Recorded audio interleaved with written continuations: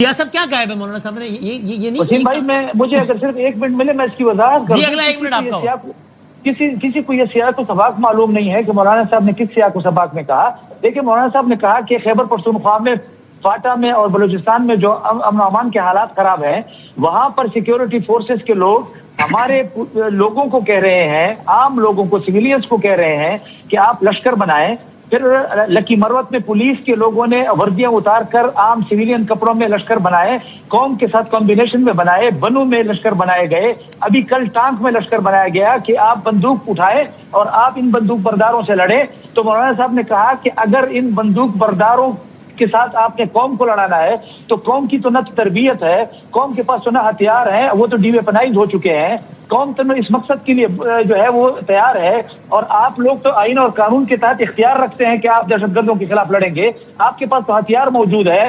آپ تو اس ملک کے جو ہے وہ تنخواہ دار طبقہ ہے دفاع کے حوالے سے. آپ کی تو ذمہ داری ہے، آپ نے تو قوم اور ملک کی حفاظت کی ذمہ داری لی ہوئی ہے.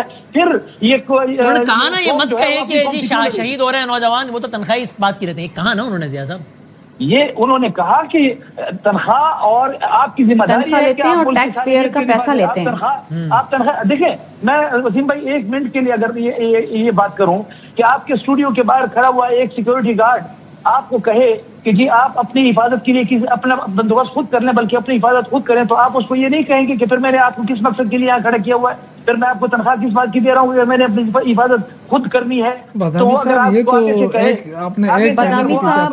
صاحب، میں بالکل ان کی بات سے سہمت نہیں ہوں. جب وطن عزیز کی بات آتی ہے تو جب وطن عزیز کی بات آتی ہے اور اس کی دفاع کی بات آتی ہے اور دہشت گردی کے خاتمے کی بات آتی ہے تو اس ملک کا بچہ ہے، ہر عورت، ہر مرد جو ہے وہ ہتھیار اٹھائے گا اور مقابلہ کرے گا.